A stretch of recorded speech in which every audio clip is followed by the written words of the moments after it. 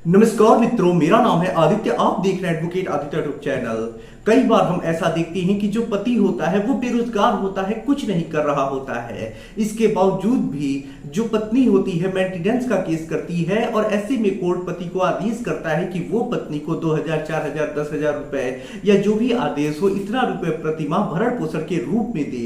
अब जब पति कुछ नहीं कर रहा है, खुद ही बेरोजगार हो गया है, कुछ नहीं कमा रहा है, खुद अपना खर्चा नहीं चला रहा है, तो पत्नी का कहां से खर्चा चलाएगा।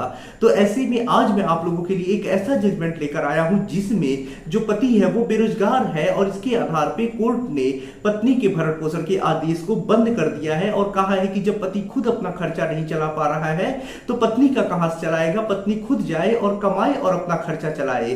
तो आइए इस जजमेंट के बारे में हम डिटेल में समझते हैं। वीडियो में आगे बढ़ने से पहले मैं आपसे कुछ महत्वपूर्ण बिंदुओं पर चर्चा कर देना चाहता हूं। पहली चीज तो ये कि मेरी एक किताब पब्लिश हुई है जिसका नाम है legal guide for husband in matrimonial cases. देखिए, जैसा इस किताब का नाम ही है legal guide for husband in matrimonial cases, वैसा ही इस किताब का उद्देश्य भी है। इस किताब में आपको मैट्रिमोनियल केस जैसे 498, 125 CrPC, DB act, etcetera and divorce case, इन सब मुकदमों के संबंध में काफी अच्छी जानकारी मिल जाएगी। कैसे मुकदमा लड़ेंगे, कैसे बचाव करेंगे, कैसे क्रॉस केस दर्ज कराएंगे, कैसे प्रक्रिया चलेगी, कैसे मेंटेनेंस देने से बचेंगे, कैसे डिस्चार्ज होंगे, कैसे फॉल्स 498 केस को क्वेश कराएंगे, सारी चीजें डिटेल में समझ सकते हैं। तो अगर आप इस किताब को बाई करना चाहते हैं तो किताब का जो मूल्य है वो 600 रुपए है, जिसमें 100 रुपए कोरियर चार्ज है। किताब को बाई करने के लिए व्हाट्सएप पर मैसेज करिएगा। अगली जो महत्वपूर्ण बात है वो ये है कि देखिए, हाईकोर्ट और सुप्रीम कोर्ट के जो मैट्रिमोनियल केसेस से संबंधित जजमेंट्स आते हैं काफी ज्यादा इंपॉर्टेंट होती है। अगर किसी एक जजमेंट में किसी पति को कोई फायदा मिला है, जैसे फॉल्स केस क्वेश हुआ है, डिस्चार्ज हुआ हो, उसे मेंटेनेंस ना देना पड़ा हो, डीबी एक्ट 125 सीआरपीसी खारिज हुआ हो, उसे डिवोर्स मिला हो या कोई अन्य फायदा मिला हो और हाई कोर्ट या सुप्रीम कोर्ट का जजमेंट है और सेम फैक्ट आपके भी केस में है, तो आप चाहे तो उस हाई कोर्ट या सुप्रीम कोर्ट के जजमेंट को अपने केस में रूलिंग के तौर पे लगा के कोर्ट में तर्क दे सकती हैं कि इस जजमेंट में ऐसा फैक्ट था तो कोर्ट ने ऐसा आदेश दिया, मेरे भी केस में ऐसा फैक्ट है तो ऐसे में मुझे भी ये आदेश मिलना चाहिए। तो ऐसे में वो जो आदेश होगा उसमें जो पति को रिलीफ मिला होगा वो फैक्ट अगर आपका भी हुआ तो ऐसे में आपको वो फायदा त्वरित मिलेगा, आसानी से मिलेगा और जल्दी मिल जाएगा और गारंटी के साथ मिलेगा। तो ऐसे में अगर आप मैट्रिमोनियल केसेस से संबंधित जजमेंट से अपडेट लेना चाहते हैं, अपने केस में यूज करके फायदा लेना चाहते हैं, तो आप हमारे ग्रुप से जुड़ सकते हैं। ग्रुप से जुड़ने का जो चार्ज है वो 500 रुपए लाइफ टाइम के लिए है। ग्रुप से जुड़ने के लिए व्हाट्सएप पर मैसेज करिएगा।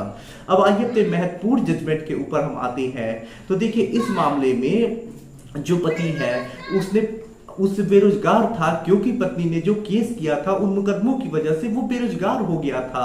पत्नी पढ़ी लिखी सक्षम थी कमाने में, तो इसकी वजह से कोर्ट ये कहता है कि पति बेरोजगार है, कमाने में असक्षम हो गया है। तो ऐसे में पत्नी पढ़ी लिखी है, कमा के अपना खर्चा चला सकती है, तो बेरोजगार पति कहां से खर्चा देगा। पत्नी कमाए और अपना खर्चा खुद चलाए। तो क्या मामला है, आइए थोड़ा डिटेल में बारीकी से समझ लेते हैं। तो देखिए, ये जो जजमेंट आया है वो Sanjay Bhardwaj versus state of Delhi के केस में आया है। ये जो जजमेंट आया है वो दिल्ली हाई कोर्ट के द्वारा आया हुआ है और डीवी एक्ट से रिलेटेड जजमेंट है। तो देखिए, मामले में होता कुछ ऐसा है कि जो पति होता है वो आउट ऑफ इंडिया यानी विदेश में रह के नौकरी कर रहा होता है। उसके बाद वहीं से शादी उसकी फिक्स होती है, वो इंडिया आता है और फिर शादी हो जाती है। जब शादी हो जाती है तो पति पत्नी साथ रहती हैं। उसके बाद पति पत्नी के मध्य विवाद उत्पन्न हो जाता है। पत्नी थाने में जाके भारतीय दंड संहिता की धारा 498A और 406 के तहत एफआईआर दर्ज करा देती है, जिसमें जो पुलिस होती है पति का जो पासपोर्ट होता है वो जब्त कर लेती है और विदेश जाने से मना कर देती है। ऐसे में पति अब विदेश जा ही नहीं पाता है। ऐसे में वो जहां नौकरी कर रहा होता है उसकी नौकरी भी छूट जाती है, वो बेरोजगार हो जाता है। इसी दौरान जो पत्नी होती है डीबी एक्ट के तहत मजिस्ट्रेट के वहां आवेदन करती है भरण पोषण के लिए, जिसमें मजिस्ट्रेट साहब के द्वारा 5,000 रुपए अंतरिम भरण पोषण का आदेश किया जाता है। जब ये आदेश हो जाता है कि जो पति है वो 5,000 रुपए अपनी पत्नी को भरण पोषण दे, पति इस आदेश के विरुद्ध सत्र न्यायालय में अपील दायर करता है, लेकिन अपील को खारिज कर दिया जाता है।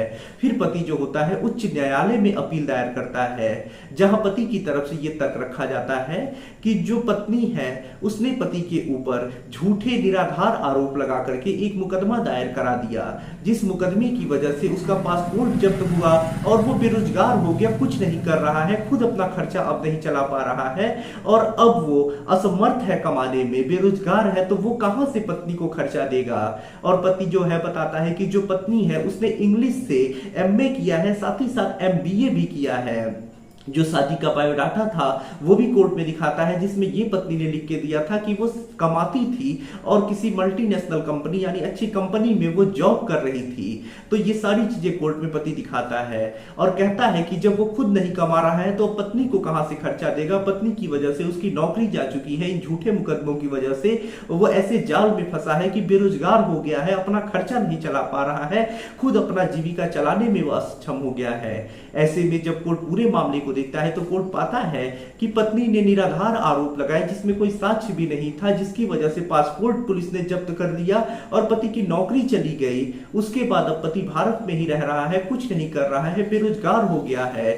ऐसे में जो पत्नी है उसकी इन सब मुकदमों की वजह से पति बेरोजगार हुआ, कुछ नहीं कर पा रहा है। और जो पत्नी है वो एजुकेटेड है, उसने इंग्लिश से एमए किया है, साथ ही साथ एमबीए किया है, शादी के पूर्व वो काम भी कर रही थी, कमाने में सक्षम भी है। तो ऐसे में जब पति कुछ कर ही नहीं रहा है, बेरोजगार है, तो वो कहां से खर्चा देगा। और पत्नी कमाने में सक्षम है, तो ऐसी परिस्थितियों में पति के ऊपर इस प्रकार से बोझ डालना सही नहीं होगा, उचित प्रतीत नहीं होगा। ऐसे में जो आदेश हुआ है भरण पोषण का उसे निरस्त किया जाता है और पत्नी कमाए और अपना खर्चा चलाए, यही पत्नी से अपेक्षा की जाती है। तो ऐसे में जो पति होता है बेरोजगार होता है, इसके आधार पर पति का जो भरण पोषण का आदेश हुआ होता है कोर्ट उसे निरस्त करता है और पत्नी से कहता है कि जाइए कमाइए, अपना खर्चा चलाइए, क्योंकि आप कमाने के लिए कैपेबल है। तो ऐसे में अगर आप भी बेरोजगार हैं, कुछ नहीं कर रहे हैं, आपकी पत्नी कमाने में सक्षम है, तो आप इस जजमेंट का यूज करके अपने केस में भरण पोषण देने से बच सकते हैं। या पत्नी की वजह से आपकी नौकरी जा चुकी है तो भी आप भरण पोषण देने से बच सकते हैं। जजमेंट का लिंक आपको डिस्क्रिप्शन में मिल जाएगा। आशा कर रहा हूं ये जजमेंट और जानकारी आपको काफी ज्यादा पसंद आई होगी। अगर आप किसी कानूनी समस्या से परेशान हैं, ऐसे में मुझसे फोन पे बात करके अपनी कानूनी समस्या का समाधान प्राप्त करना चाहते हैं, तो मेरा व्हाट्सएप नंबर स्क्रीन पे दिखाई दे रहा होगा, मैसेज करके अपॉइंटमेंट बुक करा के आप मुझसे कॉल पे बात कर सकती हैं।